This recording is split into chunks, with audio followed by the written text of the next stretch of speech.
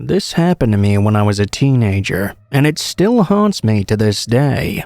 I was babysitting for my neighbor across the street, Alice. I babysat for her often, almost every weekend in fact, so we were very comfortable with one another and had a good routine.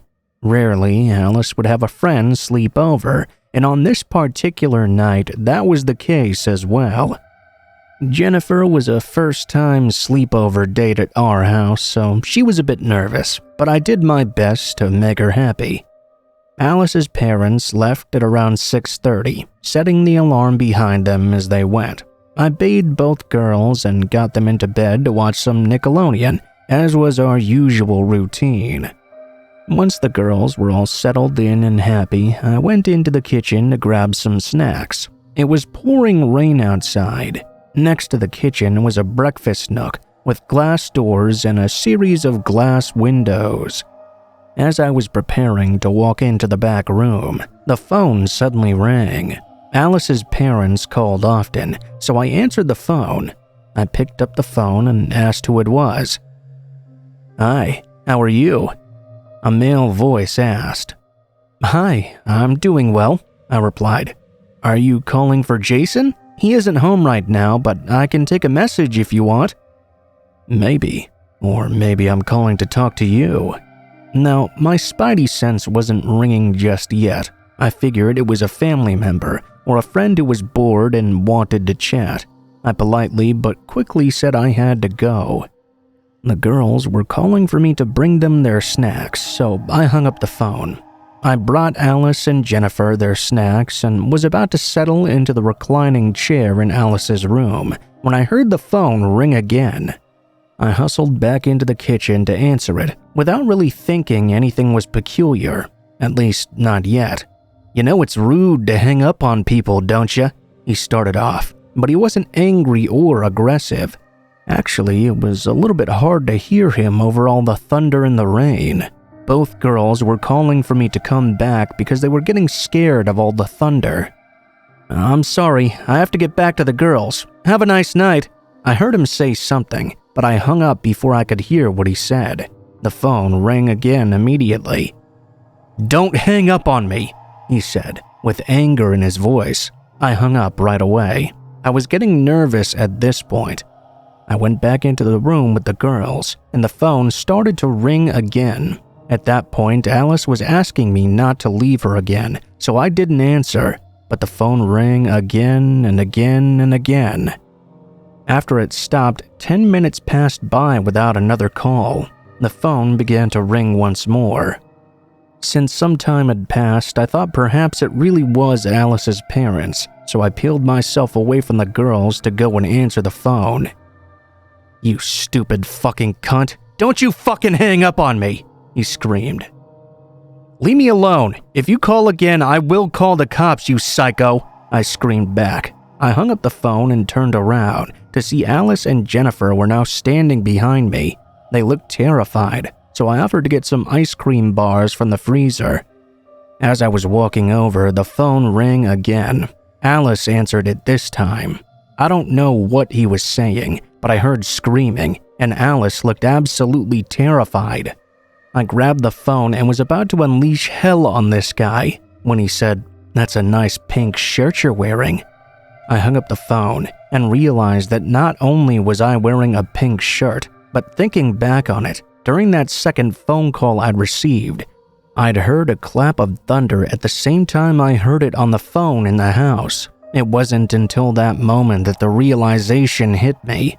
Now, I was a teenager at that point, thinking I was invincible and having no concept of my own mortality.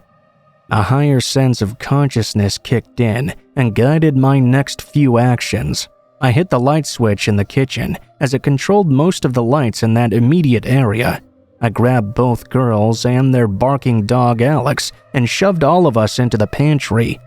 The pantry door opened inward, so I pushed us up against the shelves and shoved a giant bag of rice against the door.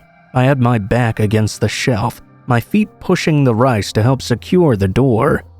I had a girl in each arm with my hands over their mouths. I pinned the dog between my legs, and although he constantly barked, He somehow knew to stay quiet in this moment.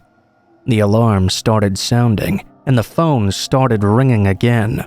All of us were trembling, but I was determined not to cry in front of the girls. Between the alarm and the thunderstorm, I couldn't hear much. After what felt like an hour, I heard a female's voice calling and asking if anyone was in the house. She was in front of the pantry and announced that she was a police officer and it was safe to come out now. She clearly knew I was not going to just take her on her word though, so she slid her badge under the door. I moved 1 foot from the rice bag and towed her badge toward me. The police had turned the lights on, so I was able to see from the light streaming in under the pantry door that this was in fact a badge. I cautiously made my way out of the pantry, shielding the girls behind me. The female officer, Officer Wesley, didn't look alarmed at all, and I quickly realized why. I know it's scary when the alarm goes off, but next time you need to answer the phone and let the alarm company know everything is okay instead of hiding. Sending officers out to a house isn't a joke, you know. I looked at her incredulously. "We didn't set off the alarm," I said, stammering and starting to cry. "We haven't opened any doors." She looked at me with confusion and then said, "Then who made these footprints? From the back door to the sliding glass door in the kitchen nook to the pantry and back out the front door were a set of muddy footprints. In front of the pantry were a huge set of them, as if someone had paced back and forth in front of the door for a while. The footprints led out the front door, which was still open when the police arrived. I was hysterical. The police called Jason and Janelle, Alice's parents, to come home from the restaurant they were at. Within earshot, but clearly not meant for me to overhear, Officer Wesley's partner informed her the door in the nook had been pried open. I looked over to the pool deck and could see where the trail of footprints had started from the grass into the house. They had mostly been dissolved at that point due to the rain, but it was very clear that someone had walked from the side of Alice's house and towards the glass door. We waited for her parents to come home before I left. When the police recounted the night's events, I remember thinking in passing that neither of Alice's parents looked as terrified as I thought they should have, given the events of the evening. The police walked me home and told my parents what happened. My mother and father were both very, very upset, obviously. A few extra officers patrolled the neighborhood for a few weeks, but they never caught the perpetrator, nor was he ever heard from again. I never babysat for Alice again either. I was much too frightened. Fast forward a few years, and Jason, Alice's father, went to prison for tax evasion, or so we were told. Years later, when I was home visiting, I ran into Jason as he was leaving the house on his motorcycle. He stopped to chat with me, and I asked him the nagging question I had had for years. "Did you really go to jail for tax evasion?" Now, at this point, Jason and Janelle had been divorced for a while. She left him for her dead sister's husband, which is pretty dark, and I guess Jason didn't feel he needed to keep up pretenses. He told me that wasn't true. He was sent to prison for drug running. He regaled me with the tale of how he was caught in a high-speed chase and bragged about how he was one of the biggest dealers in the area for years until he was busted. And that's when I knew. The person who was calling that night was trying to exact some sort of punishment on Jason. Maybe he was a rival dealer, or maybe Jason worked for him and had pissed him off or something, but that's why Jason and Janelle didn't seem as alarmed as they should have. By the grace of God and an alarm system, we were not killed that night, but I knew that Jason's actions had led to that night's events. I knew it in my gut. It still haunts me to this day, and I think helped solidify a healthy understanding of my own mortality, as well as the depravity that may be within others. I'm not overly paranoid, but I'm cautious, and I think rightly so.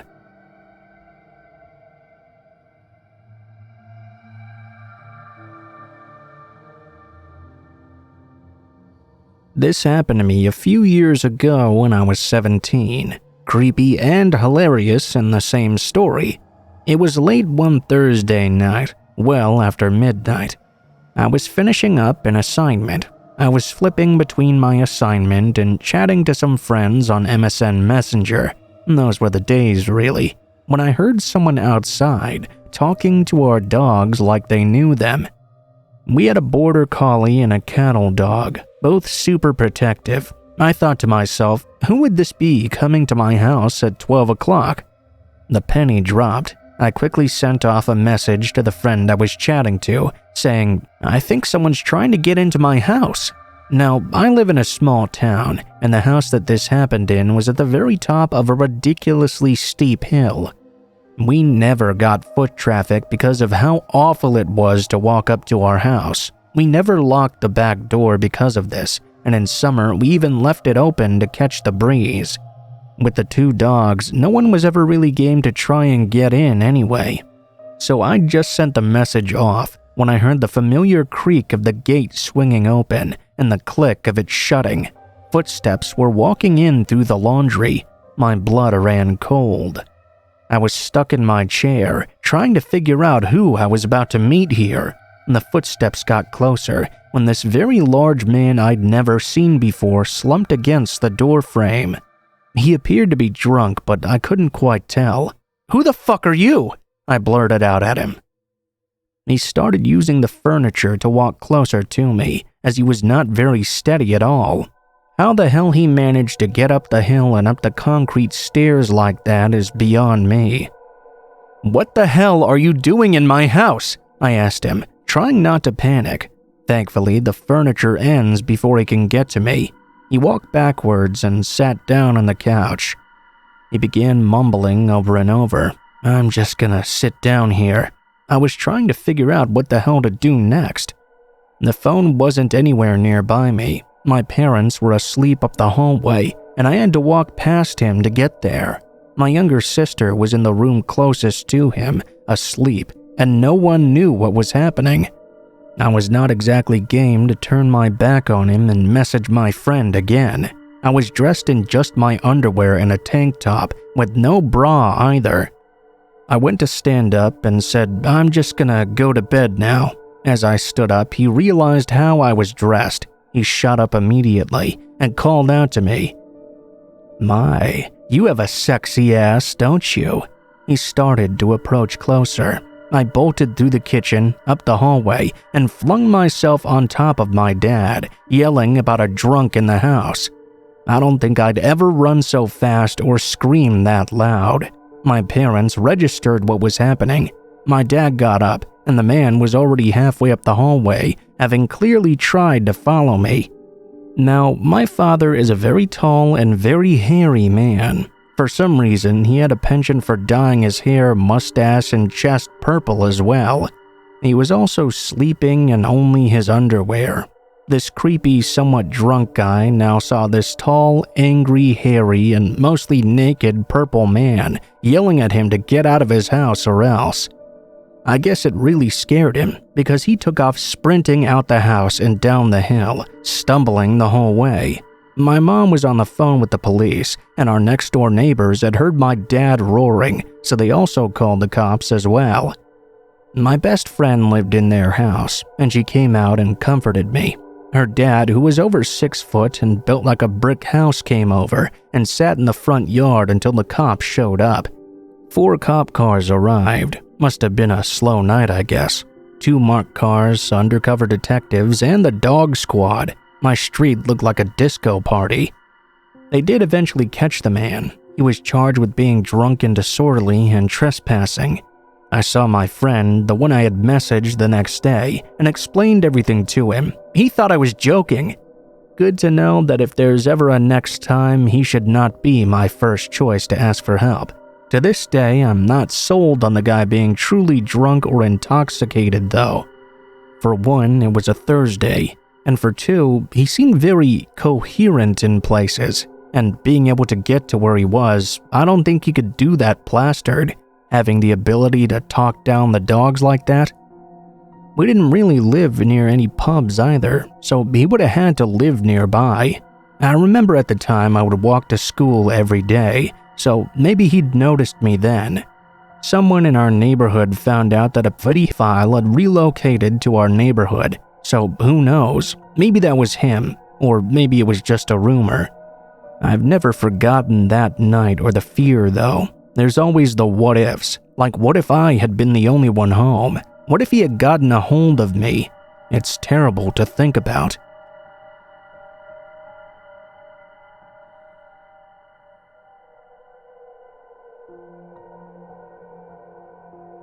This was an experience I had alongside my BFF in high school. This was about 2006, maybe 2007, in rural upstate New York. We met in 3rd grade and are still friends to this day. We're both 27 now. Let me give you some background information. My friend B and I became instant friends when we met in 3rd grade, and we were inseparable. We frequented each other's homes so much, her mom even set up her guest room as my room. Had toys, clothes, pictures, everything I needed was there. I was basically a part of their family. Pictures of B and I hung on the walls of the home owned by her very proud mother, Shelley. Shelley had always wanted 2 daughters and loved me so much she considered me to be her second. Now, on to the meat of the story. It took place when we were sophomores in high school. Her mother had divorced and dated a few different men, meeting some off sites like eHarmony. She had been speaking to a man for a few weeks, gushing about how manly and charming he was. She was really excited. She always showed us their profiles before she decided to go on an actual date with one of these men. She would always say, "I need my daughter's stamps of approval first."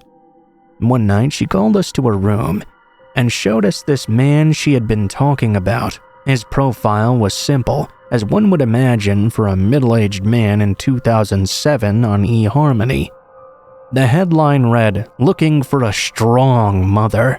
I made a joke about his odd placement for capitals and how that was a strange way to start out, but we moved forward. It told of his metalwork background, his love of cold steel, his work in a foundry that kept his icy heart just warm enough. I was honest with her. It sounded really off, but he was handsome, sporting black, well-groomed hair, a beard, strong jaw, icy blue eyes, relatively fit body for a 40-something-year-old man. I really stressed the weird vibe, though. B joked about how Shelley always picked the antisocial ones, and we laughed knowing this wasn't exactly wrong. Shelley had brought some weird stories home, but really what can you expect when meeting guys online? We told her, why not go for it? So they planned a dinner. It was a haul for him, about a 2-hour drive or so. He was driving to our location, where they would then take one car together into town. B and I helped Shelley pick out her outfit, helped her with her hair and makeup, and then went back upstairs so she could have some time to herself before the long night. We headed upstairs to where B and I were painting a wall in her room, just listening to music and cutting up. The man just let himself into the house when he arrived like no big deal, and came upstairs without saying a single word. No knocking, no doorbell, the dogs didn't bark, nothing. Obviously, we got spooked. We jumped up and screamed, and basically crapped our pants a little when we heard a random guy start talking from behind us. We didn't know how long he had been there watching us. We don't know how long he stood behind us without speaking, but when he did speak, we shook. Well, I didn't know I was getting a 2-for-1 deal, he said in a gravelly and low voice. He chuckled as we stood there in shock of this stranger in our room. He sauntered over to us, like a man on a Sunday walk or something. The smell of cigarettes filled the room. Right then, I noticed how much this guy looked like the pictures Shelley had showed us, except he had more salt and pepper, not jet black hair, and his eyes were not ice blue either. They were black, not brown mind you, black. It looked like this guy's eyes were 100% pupil or something. I was interrupted by Shelley shouting, "Who got hurt?" She must have thought we were horsing around and that one of us had been injured. This was normal for us because we goofed around quite a lot. She was jolted at the sight of this man blocking her from us. He turned around just as soon as she reached the top of the stairs and held his arms out. "Shelley, you look beautiful." I knocked and no one answered. I hope it's okay I let myself in. These are your girls, huh? They're beautiful just like their mommy." I'll never forget how he said mommy. It felt dirty. B and I both side-eyed each other and stepped down off our step ladders. We were both very in tune with each other. If I felt weird, I knew she did too. We could both feel the odd air in the room. Shelley glanced away from him and at us who were behind him, looking at her with wide eyes and both kind of shaking our heads in disbelief. Shelley looked back at him. This exchange took only a few seconds, but it seemed like an eternity. She forced a smile. "Oh, I'm sorry. Next time just ring the bell and I'll open the door." He nodded and walked towards her with open arms and hugged her like they had been the oldest of friends. She looked at us as they hugged and kind of rolled her eyes to show us what she thought of his excuse. She proceeded to tell him it was not appropriate as she led him down the stairs. We heard him apologizing over and over. B and I instantly ran to our phones, and we agreed to text her mom what he had just said to us so we could tell her without him knowing. We hit send. About 10 minutes later, we heard footsteps rushing up the stairs. It was Shelley, and she shut the door behind her. She asked us if we were okay. She explained to us that he'd said we reminded him of his girls, and he didn't mean to scare us. We nodded, and she said they were leaving for the date. We hugged her, said be safe, and we would see her soon. As she headed downstairs, B and I looked at each other. We both knew something was not right, but we were speechless from the good scare we received from this man about 15 minutes prior. We heard them walking, talking, heading towards the front door. A few minutes later, Shelley shouted up the stairs that she loved us. We yelled back we loved her, and the door shut. We instantly started talking to each other, saying the same things. He laid that charm on so thick as soon as he saw Mom. And did you see his eyes? What the fuck was wrong with them? He looked so much like the guy from the pictures, but not exactly. We both concurred on our feelings about this stranger. His scent, his demeanor, his voice. He was like something out of a classic stranger danger advertisement.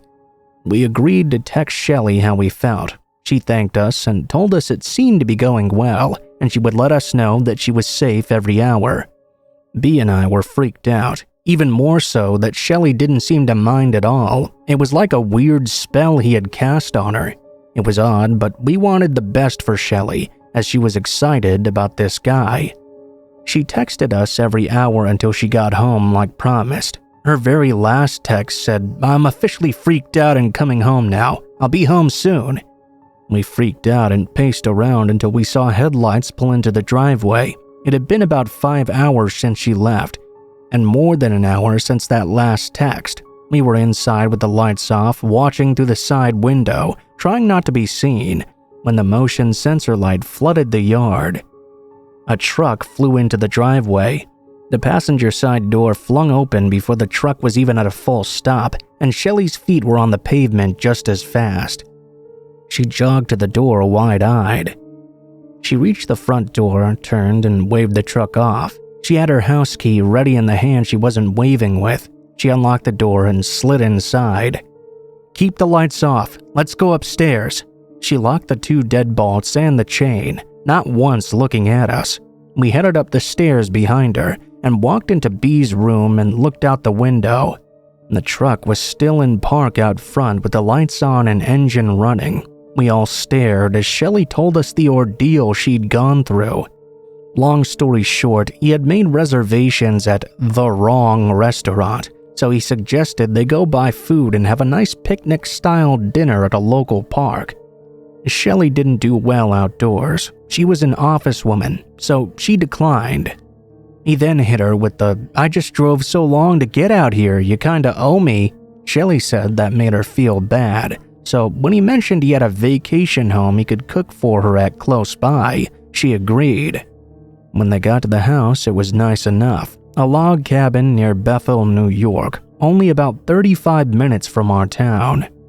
He kept talking about how easy it was to get her alone. He also kept insisting he liked strong mommies because they put up such a good fight, but she just caved in. This made her skin crawl. This wasn't the guy she thought he was. This also wasn't the man in the picture. and Shelley started to slowly realize this.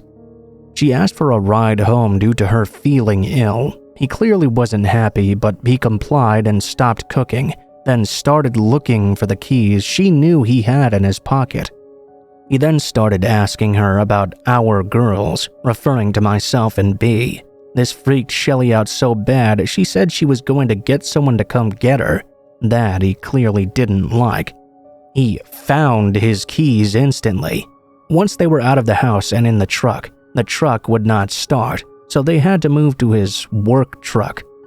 Shelley was visibly shaken and wouldn't take her eyes off his truck idling in the driveway as she spilled the story post-haste.